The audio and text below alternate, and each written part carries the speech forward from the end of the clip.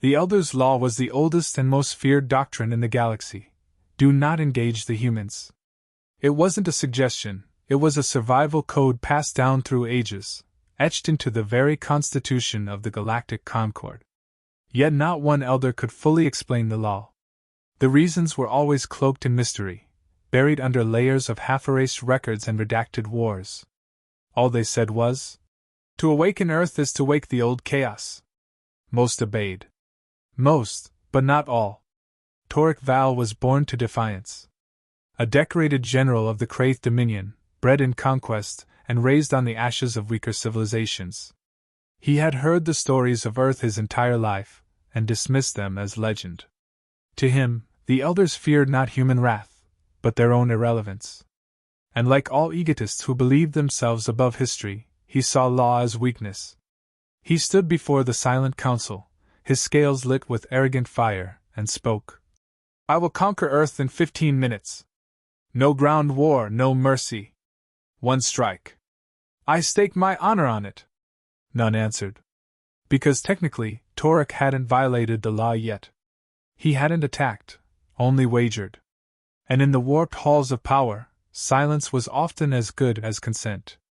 It wasn't just ego that pushed him. A few empires, secretly jealous of Earth's growing, silent influence, whispered approval.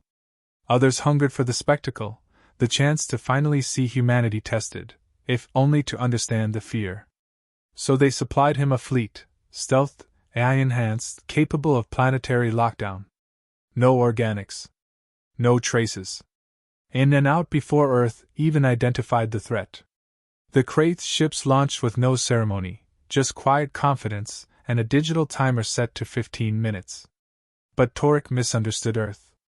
He thought they were a primitive species still clawing at their technology, still scattered and tribal.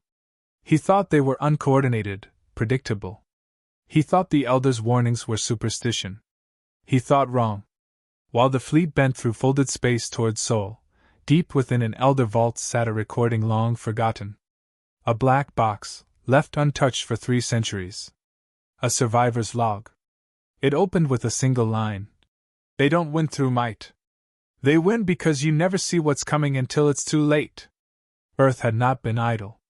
They had seen the shifts in star patterns. They had monitored council movements.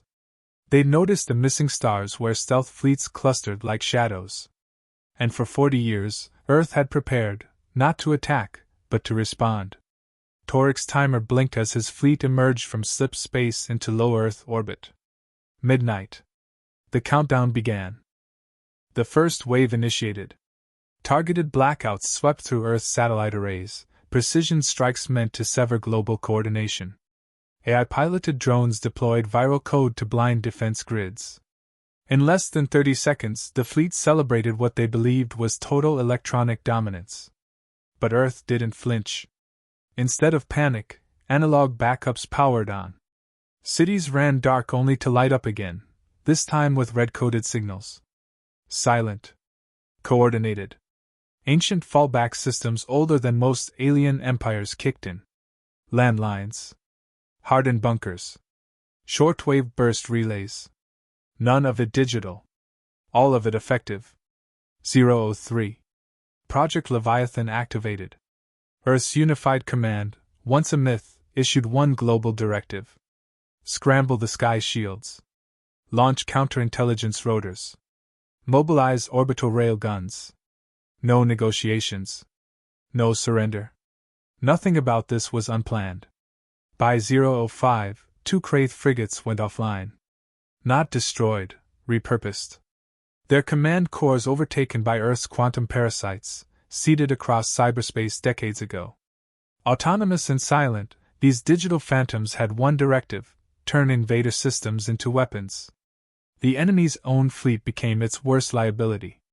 007. Kinetic warheads launched from underwater silos breached the mesosphere in vertical ascension. Hypersonic speeds. Zero warning. They didn't need explosives. Just mass. At terminal velocity, they tore through the underbellies of enemy cruisers, turning them into molten wreckage. AI units attempted to adapt. They couldn't. Every tactic was anticipated. Every maneuver mirrored and countered by an Earth they never truly understood. They expected disarray. What they found was decades of disciplined silence erupting all at once. 010. Half the fleet was gone. The remainder scrambled to retreat, sending encrypted panic beacons to allied factions. The messages didn't arrive. Earth's orbital jammers blanketed deep space with layered interference, folding outbound signals into static loops. Then came the ghost signal.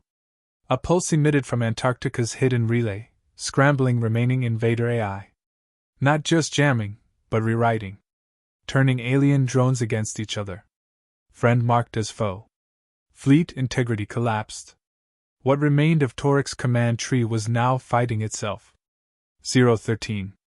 In desperation, Kray's survivors initiated core meltdown on their own cruisers, aiming to deny Earth their tech. But even that failed. Their cores locked. Inert. Hijacked moments before detonation. Earth had mapped their encryption. Knew their fallback. Knew their shame. 014. Toric, once so smug, screamed at silence. His commands went unanswered. His fleet was ash. His pride irrelevant. The last image he saw before blackout was a Terran message broadcast directly to his interface. It read, "You should have asked before you fired." 015. The countdown stopped. Not because it was finished, but because there was nothing left to count. Earth did not celebrate. There was no parade, no speech, no declaration of victory. Instead, the world fell into quiet synchronization, as if the whole planet had trained for this moment in secret. The war room deep beneath Geneva was still. Analysts reviewed data without speaking. They didn't need confirmation. The outcome had already been logged. Across the stars, the silence grew louder. The Alien Council, watching from hidden feeds, began to realize the scale of their miscalculation. Toric's fleet had been elite, unmatched in simulations. Yet Earth dismantled it like a familiar puzzle. Not with brute force, but with precision born of obsession. The Elders had always known this.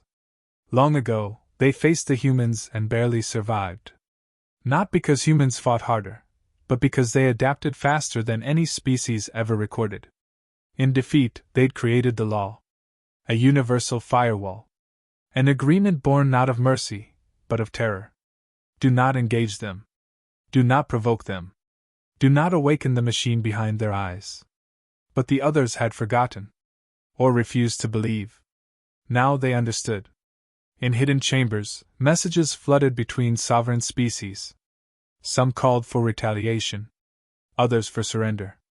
But the smartest remained still, remembering the last words of the only elder who had ever seen Earth up close. They do not escalate. They finish. Meanwhile, Earth's War Council drafted a simple protocol: quarantine all incoming transmissions. Block trade routes. Monitor slip space for follow-up incursions. No retaliation? Not yet. Retaliation wasn't efficient. Instead, Earth initiated Phase 2, observation. Using captured tech, they launched probes into the heart of the Dominion. Not to attack, but to watch. To make it known that every move was now visible. Every fleet tracked. Every signal decrypted before it was sent. The illusion of safety was gone. At the same time, encrypted pings began arriving from resistance cells hidden in alien worlds. For years, Earth had been a myth, a symbol of rebellion whispered in underground chambers. Now, it was a reality. Proof that the Elders could be defied. That dominions could fall. They asked for guidance. Earth didn't respond with soldiers. They responded with code. Instructions. Tools. Knowledge. Not to dominate, but to teach. That was the fear. Not that humans would conquer, but that they would enable others to rise. The galaxy didn't tremble because Earth had weapons. It trembled because Earth had influence. By the time the final casualty reports were tallied, Toric's legacy had vanished. His name reduced to a cautionary tale told in quiet tones. No monuments. No martyrdom. Only data logs of a failed gamble. And one final transmission, stored in the Dominion's archives. They gave us 15 minutes. We didn't survive 7. In the aftermath, no apology came. The elders convened in secret, shaken to their core. Their law had been broken, their warning ignored, and the result was irreversible. One fleet gone. One power shattered. One truth proven. Humanity had never needed protection. The galaxy had. Records were unsealed. The truth was no longer buried.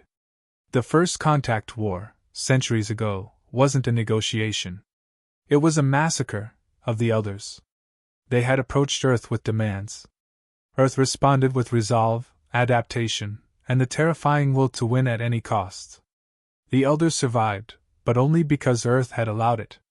That was the foundation of the law. Not diplomacy. Mercy. But mercy expired the moment Torek attacked. The galactic equilibrium shattered. Dozens of species who had lived under the Council's shadow began to stir. What once was fear became curiosity. If Earth could resist them, why couldn't others? From mining colonies to merchant worlds, encrypted calls reached Earth. Not as allies. As students. They didn't ask for weapons. They asked for instruction. Earth answered. One by one, humans appeared, not as conquerors, but as advisors. Not to lead, but to awaken. The elders' grip loosened. Their broadcasts were ignored. Their fleets watched. Their threats dismissed. It wasn't war. It was something worse. It was relevance slipping through their fingers. On the far edge of the galaxy, Torek sat alone in a stasis cell, no longer a general, but a prisoner of consequence. He had no trial. No execution. Only time. The humans didn't speak to him. They didn't interrogate him. They didn't even acknowledge his presence. Because he no longer mattered. Above his cell, a simple display blinked endlessly. 1500 hours, complete.